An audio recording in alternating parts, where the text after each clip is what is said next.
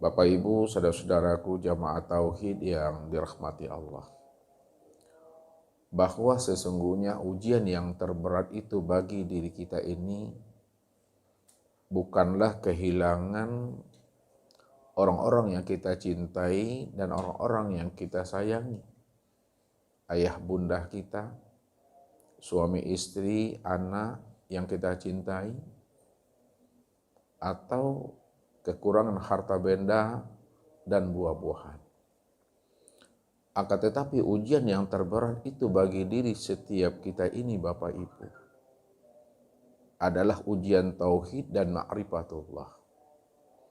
Bagaimana setiap kita ini mesti mampu mengesahkan Allah pada zatnya, mengesahkan Allah itu pada sifatnya, mengesahkan Allah itu pada asma dan af'alnya. Bahwa tidak ada suatu perbuatan yang terjadi pada alam dan terjadi pada diri kita ini yang bergerak dan yang diam, melainkan hati Bapak Ibu mesti mampu memandang akan fi'il dan perbuatan Allah semata-mata. Jikalaulah hati kita Bapak Ibu masih ada memandang alam dan memandang makhluk atau hamba yang berbuat, yang bergerak dan diam, walaupun itu sebesar zarah, maka diri kita itu sudah terkena namanya najis batin. Siapa yang dirinya sudah terkena najis batin, maka najis batin itu tidak akan pernah bisa dibersihkan dan disucikan walaupun dengan 7 lautan dan 7 samudera. Maka inilah suatu rahasia yang mesti kita pahami Bapak Ibu. Ketika ada seorang murid, seorang jamaah bertanya kepada gurunya, yaitu Syekh Abu Yazid Al-Bustami. "Wahai Tuan Guru," kata muridnya, "kenapa Allah menciptakan namanya anjing dan babi, padahal anjing dan babi itu adalah najis besar, najis mukhalazah. Dia adalah makhluk yang haram. Tapi kenapa Allah ciptakan babi dan anjing itu, wahai Tuan Guru?" Apa kata gurunya Bapak Ibu? Sesungguhnya Allah menjadikan atau menciptakan anjing dan babi itu adalah sebuah sindiran bagi setiap manusia ini. Supaya manusia itu mampu mengambil hikmah dan iktibar, kenapa Allah menciptakan anjing dan babi, padahal anjing dan babi itu adalah hewan yang najis, hewan yang haram. Tapi kenapa Allah ciptakan? Mestinya kita mengambil hikmah dan iktibar sebagai bentuk sindiran Allah kepada diri setiap manusia ini. Ketahuilah wahai anak muridku, kata gurunya, Syekh Abu Yazid Al-Bustami tadi, walaupun anjing dan babi itu adalah najis besar, najis berat, najis mughalazah, akan tetapi najisnya mughalazah babi dan anjing itu masih dapat dibersihkan dan disucikan dengan air, lalu disamah, dicampur namanya dengan tanah. Masih bisa dibersihkan. Akan tetapi manusia yang tidak mengenal Allah, manusia yang tidak mengesahkan Allah, manusia yang tidak ma'rifatullah, yang mana hati dan jiwanya itu kotor, maka ketahuilah, hati manusia yang kotor disebabkan karena dia tidak mengenal Allah. Maka dirinya itulah sebenar-benarnya di atas najis mukhalazah itu. Di atas najis yang berat itu. Saking beratnya najis mukhalazah. Bahkan di atas itu yang terjadi pada dirinya, yang melekat pada dirinya. Maka 7 lautan dan 7 samudera tidak akan pernah mampu untuk membersihkan najis yang melekat pada dirinya itu. Maka ini yang mesti kita ambil hikmah dan iktibarnya sebenarnya. Bagaimana setiap kita ini mesti mampu mensucikan dan memfitrahkan akan diri kita ini sebelum habisnya usia umur kita, meninggalkan namanya akan cangkangnya. Sebelum roh itu melepaskan akan kesingnya ini. Bagaimana kita benar-benar kembali kepada Allah itu dalam keadaan suci dan fitrah. Kayaumin waladathu umuhu. Seperti anak yang baru saja terlahir daripada rahim ibunya. Inilah sebenarnya yang diutarakan Allah. Yang dihantarkan Allah kepada setiap hambanya ini. Walaqad ji'tumuna furoda kama khalaqnakum awwala marrah. Kamu pasti satu saat akan berpulang dan kembali kepada kami masing-masing dan sendiri-sendiri. Tapi ingat kata Allah. Siapa masa dan waktunya telah sampai kepada dirinya untuk pulang dan kembali kepada kami masing-masing dan sendiri-sendiri. Kama khalaqnakum awwala marrah. Maka pulangkanlah dirimu kepada aku, kata Allah. Dalam keadaan fitrah, dalam keadaan suci, bagaimana awal mula kamu diciptakan dan kamu dijadikan, kata Allah. Awalnya mula kita diciptakan dan dijadikan Allah, Bapak Ibu, adalah fitrah suci. Tidak ada sebesar zarah yang melengkap namanya najis dan noda pada diri kita itu. Dia dalam keadaan makrifat. Dia dalam keadaan mengenal akan Tuhannya. Sampai-sampai Nabi menjelaskan kepada umat ini. Kullu mauludin yuladu alal fitrah. Fa'abawahu yuhawidani ayunasironi ayumajisani. Setiap anak yang lahir. Lahirnya itu dalam keadaan fitrah, lahirnya itu dalam keadaan suci dan bersih. Akan tetapi ayah bundahnya lah yang akan menjadikan anak itu. Apakah dia akan menjadi seorang namanya orang Majusi atau menjadi seorang Yahudi dan Nasrani? Ayah bundahnya lah yang akan memberikan corak dan warna pada diri anak itu. Namun hakikatnya, anak itu dalam keadaan fitrah dan suci. Walaupun dia itu terlahir dari rahim seorang ibu yang beragama, non-muslim, Nasrani kah, Yahudi kah. Tetap setiap anak yang lahir itu dalam keadaan fitrah dan suci. Maka sebagai seorang hamba, yang telah sempurna Allah turunkan dan Allah utus para nabi dan para rasul mengajak umat ini. Bagaimana setiap masing-masing umat ini mesti mampu dia mengenal akan Allah dan mampu pula dia mengenal akan sejati dirinya. Sehingga pulang dan kembalinya kepada Allah itu benar-benar lurus terang kembalinya itu. Bagaimana awalnya begitu akhirnya. Kalaulah asalnya itu adalah Allah, tentu pulang dan kembalinya tetap jadi Allah. Kalau asalnya itu adalah Allah, tetap kembalinya kepada Allah. Di mana datangnya situ pulangnya, di mana hilang di situ dicari. Kok iya salawat datang daripada Tuhan, tentu pulang dan kembalinya tetap kepada Tuhan Bapak Ibu. Maka sebelum habisnya usia umur kita meninggalkan namanya alam dunia, dan sebelum ruh itu melepaskan akan cangkangnya, maka manfaatkanlah sisa-sisa umur yang Allah berikan kepada diri kita ini. Sehingga setiap waktu, setiap saat dan detik dari perjalanan hidup kita, turun naik napas ini, bagaimana kita mampu memfitrahkan, mensucikan akan diri kita dengan jalan mengenal Allah. Kalau kita sudah mengenal Allah, sudah ma'rifatullah, insya Allah kita mampu mentauhidkan Allah itu dari setiap gerak dan diam kita.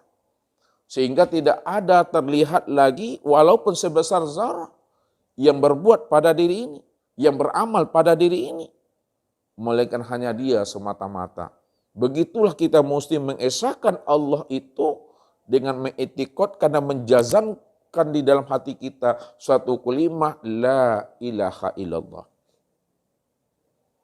Bahwa tidak ada yang wujud, Tidak ada yang nyata pada alam dan pada diri kita ini setiap gerak dan diam. Melainkan hanya Allah lah semata-mata. Begitu kita mestinya Bapak Ibu, kalau kita ingin selamat, pulang dan kembali kepada Allah itu. Dengan cara membersihkan rohani kita. Membersihkan batin dan jiwa kita ini. Jadi supaya tetap batin kita ini tetap dalam keadaan bersih dan fitrah, kita mesti mampu memandang Allahnya di atas segala-galanya. Itulah yang dikatakan iman yang sempurna itu. Al-iman antuk minu biru'yatillah. Iman yang sempurna itu adalah iman di mana kamu sudah mampu menyaksikan Allah. Mampu memandang Allah, mampu melihat Allah.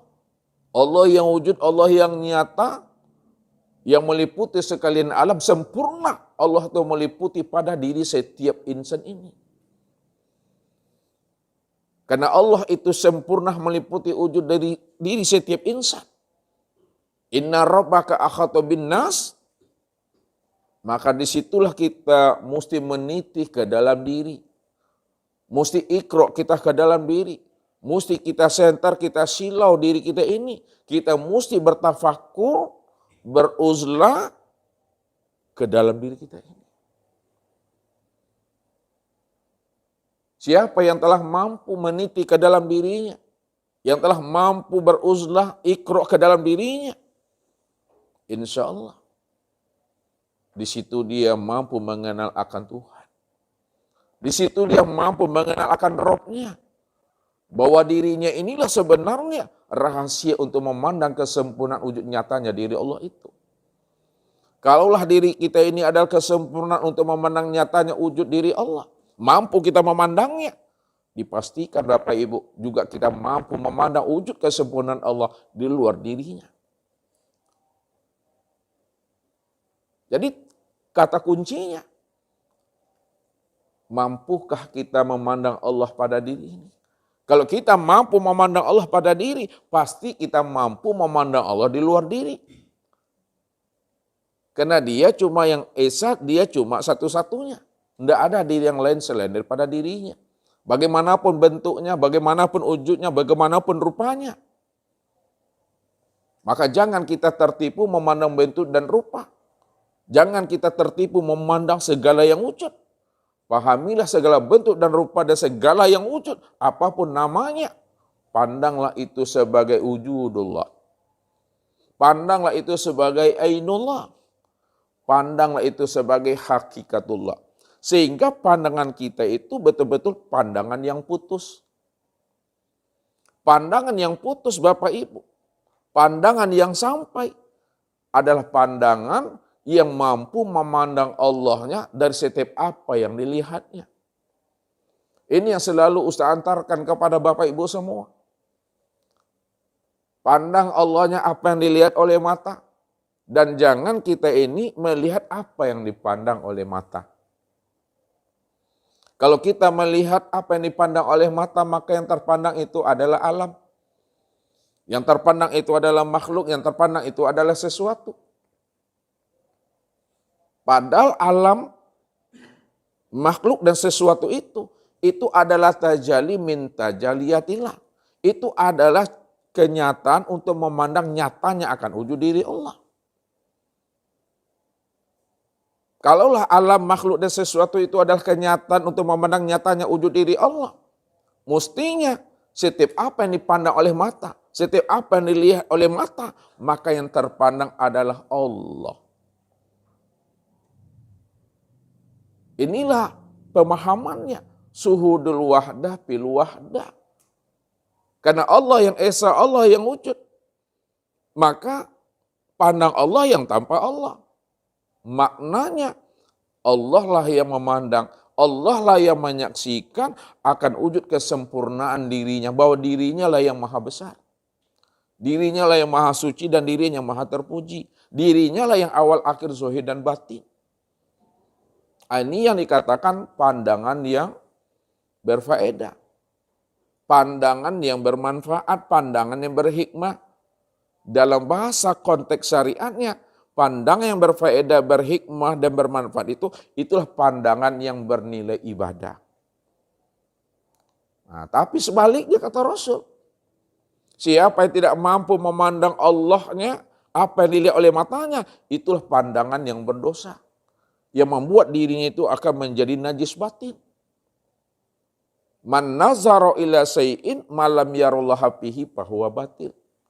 Barang siapa yang mampu memandang kepada sesuatu, mampu dia memandang kepada makhluk, mampu dia memandang kepada alam,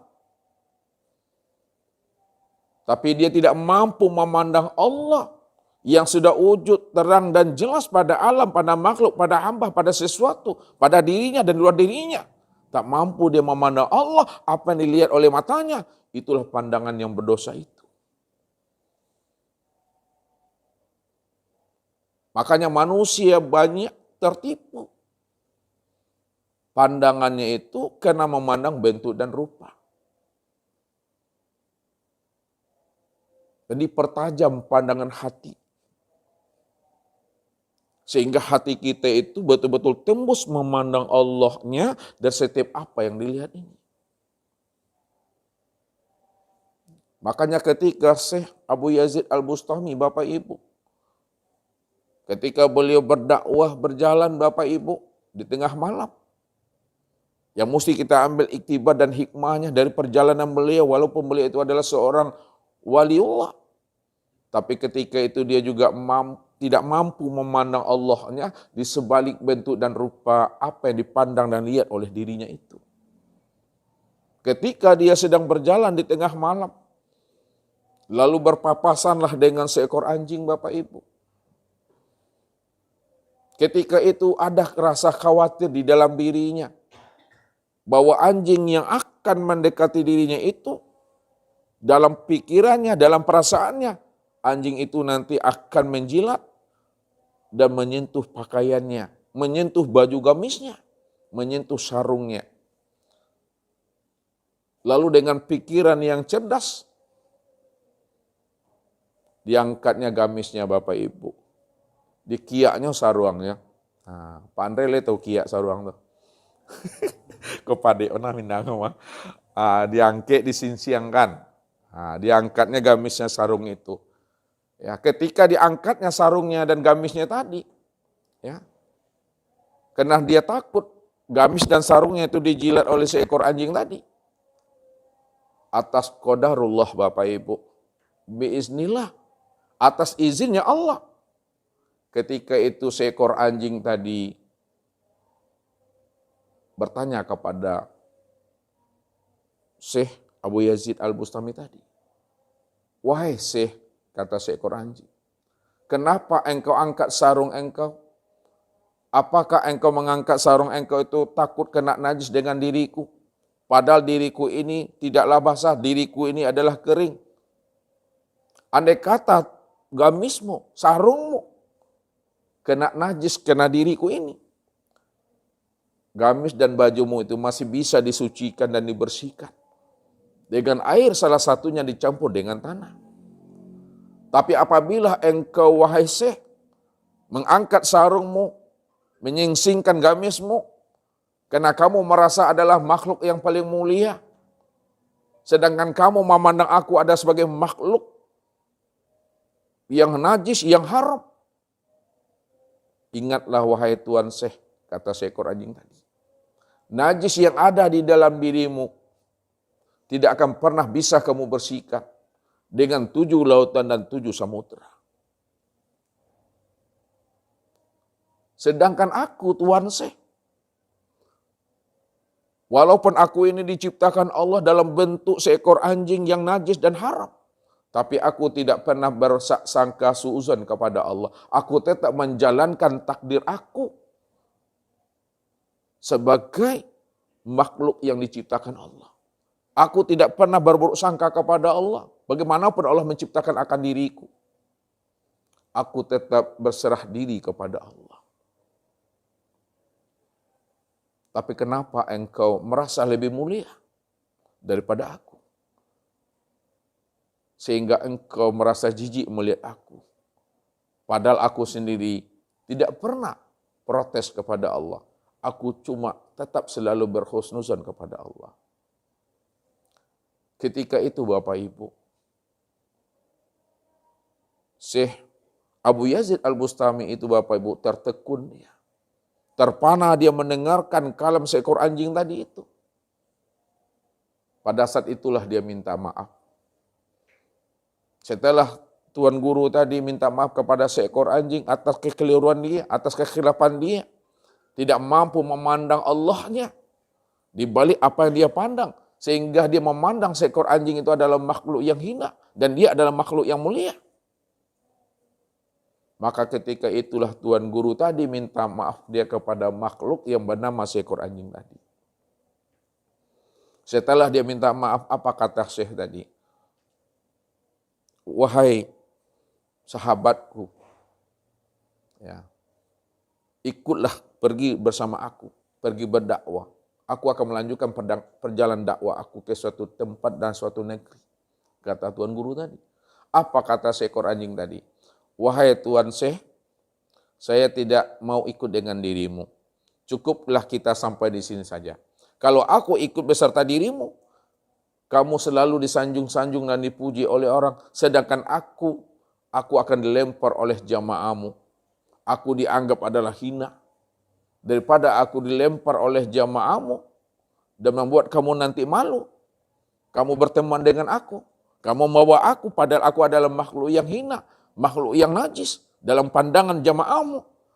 Lebih baik kita berpisah di sini saja. Kamu lanjutkan perjalananmu berdakwah, aku juga akan lanjutkan perjalanan aku. Maka sejak peristiwa itu terjadi Bapak Ibu, ketika sudah terjadinya kasab hati seorang syekh tadi, Tuan Guru tadi, maka ketika itulah Abu Yazid Al-Bustami itu selalu berbuat baik kepada semua makhluk yang hidup di muka bumi ini. Ya.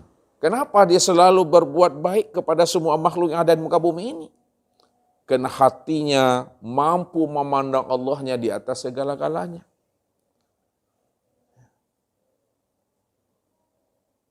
Begitulah sebenarnya putusnya pandangan kasab hati kita ini untuk memandang Allah. Sehingga setiap apa yang kita pandang dari sebuah makhluk, dari setiap namanya alam ini, senantiasa menghantarkan hati dan rohani kita itu untuk selalu hadir bersama Allah. Begitu juga Bapak Ibu. Ketika Nabi Isa berjalan dengan anak muridnya, dengan sahabat-sahabatnya. Pada saat itu sahabat-sahabatnya Nabi Isa Bapak Ibu juga berpapasan dengan bangkai yang telah membusuk. Pada saat itu sahabatnya Nabi Isa nih Bapak Ibu menutup hidungnya dengan kedua telapak tangannya sambil berkata apa? Alangkah busuknya bangkai yang telah mati ini. Lalu Nabi Isa dengar diam dan senyum Bapak Ibu. Tak lama setelah itu apa kata Nabi Isa? Alangkah putihnya gigi hewan yang telah membusuk ini. Berbeda pandangan antara Nabi Isa dengan sahabat-sahabatnya. Nabi Isa mengatakan alangkah busuknya bangkai yang telah mati ini. Nabi Isa memandang alangkah putihnya gigi hewan yang telah mati ini. Lalu Nabi Isa melanjutkan pertanyaannya kepada sahabatnya. Apakah hewan yang mati ini adalah ciptaan Allah? Benar wahai Nabi Allah, bahwa hewan yang mati ini adalah ciptaan Allah. Kalaulah hewan yang mati ini adalah ciptaan Allah, maka ketahuilah wahai sahabat-sahabatku, setiap ciptaan Allah itu adalah yang terbaik dalam pandangan Allah. Kalaulah setiap hewan yang mati itu adalah ciptaan Allah dan yang terbaik dalam pandangan Allah, tapi kenapa manusia tidak mampu memandang sisi baik dan sisi yang terbaik dari setiap apa yang diciptakan dan dijadikan Allah, walaupun itu dia sudah menjadi seonggok bangkai. Lalu apa kata Nabi Isa selanjutnya? Ketahui wahai sahabatku, sesungguhnya manusia ini selalu mengeluarkan apa yang ada di dalam dadanya dan apa yang ada dalam pikirannya. Kalaulah di dalam dada dan pikiran manusia itu baik, insya Allah, maka apa yang disebutnya, apa yang disampaikannya, apa yang diutarakannya, dan apa yang dipandang dan dilihatnya pasti baik. Tapi kalau di dalam dada dan pikiran yang tidak baik, pasti dia akan mengeluarkan yang tidak baik. Maka sesungguhnya manusia itu selalu mengeluarkan apa sebenarnya yang ada dalam dada dan pikiran itu. Disitulah rahasia Nabi Isa itu mampu menghidupkan jiwa-jiwa yang mati. Dia mampu memandang Allahnya di situ. Dari setiap apa yang diciptakan, dari setiap apa yang dijadikan. Jadi jangan dipandang bentuknya, jangan dipandang rupanya. Pandang rahasia segala bentuk dan rupa itu siapa. Ini yang diajarkan oleh Allah kepada kita untuk melatih pandangan hati, untuk memandang Allahnya di sebalik yang tersurat dan yang tersirat. Apa kata Allah? Kulin zuru maza fis samawati wal ard. Perhatikan olehmu, lihat olehmu, pandang olehmu. Apa yang tersembunyi, apa yang tersirat, apa yang terselubung di balik langit dan di balik bumi. Allah tak pernah mengajari kita pandang olehmu langit, lihat olehmu bumi. Tidak pernah Allah ajari seperti itu. Tapi lihat, perhatikan yang tersembunyi, yang tersirat di balik langit dan bumi.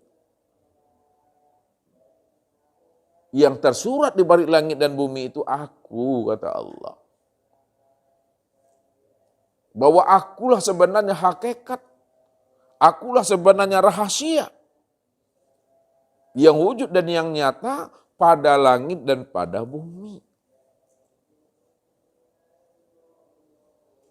Jadi kalau Allah yang menjadi rahasia pada segala yang wujud, yang nyata pada langit dan bumi, mestinya kita mampu memandang Allahnya yang sudah nyata dan yang wujud pada sekalian alam ini. Apapun bentuk dan rupanya, apapun namanya, supaya hati kita itu selalu berbuat baik dalam kehidupan ini. Makanya kemuliaan manusia, kemuliaan seseorang hamba Allah itu bukanlah dilihat daripada sosoknya, bentuknya, rupanya. Akan tetapi adalah ketakwaannya di sisi Allah. Ini yang Allah katakan kepada kita semua. Inna akramakum indallahi atqakum. Sesungguhnya orang-orang yang karamah di sisi Allah, orang-orang yang mulia di sisi Allah, adalah orang-orang yang mana hati dan jiwanya telah benar-benar tunduk dan patuh kepada Allah. Hati dan jiwanya ini benar-benar jinak kepada Allah. Hati dan jiwanya ini mampu memandang Allahnya dari segala bentuk dan rupa.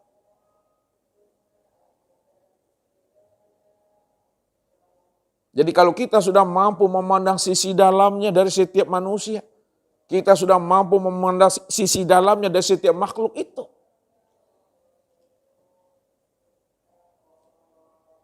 rupanya ketika mampu memandang sisi dalamnya dari setiap manusia dan dari setiap makhluk, rupanya dirinya dengan diri kita itu satu jiwa, satu nafsi, satu wujud, satu rupa dan satu rahasia. Tiada lain adalah wujudullah dan rahasia wujudnya Allah itu semata-mata Bapak Ibu. Nah, begitu kita memahami ini. Walaupun kesempurnaan segala bentuk dan wujud dan rupa yang kita pandang ini Bapak Ibu, sempurnanya pada manusia. Karena manusialah yang akan menjadi khalifah di muka bumi ini. Tapi jangan kita merasa diri kita ini lebih tinggi dan lebih mulia daripada mereka. Ini yang pernah terjadi pada masa Umar bin Khattab, Bapak Ibu. Ketika Umar bin Khattab, Bapak Ibu, melihat seekor burung dan melihat namanya pohon-pohon kayu, lalu terbetik dan terlintaslah kalam batin di dalam diri beliau. Ya. Bahwa burung itu walaupun dia bisa terbang kemana-mana, hinggap di mana-mana, tapi dirinya tetap dimanfaatkan oleh manusia. Dirinya tetap akan dimakan oleh manusia. Pohon-pohon walaupun tinggi, menjulang, dahan dan rantingnya, dia akan dimanfaatkan juga oleh manusia. Tapi apa kata burung dan pohon-pohon itu kepada Umar? Wahai Umar, ya, walaupun kami ini dimanfaatkan oleh manusia, untuk kebutuhan manusia, karena manusia itu adalah khalifah. Tapi wahai Umar, kami ini adalah makhluk di akhirat tidak akan dihisab oleh Allah. Namun manusia, wahai Umar bin Khattab, walaupun manusia ini adalah khalifah yang terbaik, tapi manusia tetap dihisab nanti di akhirat di hadapan Allah.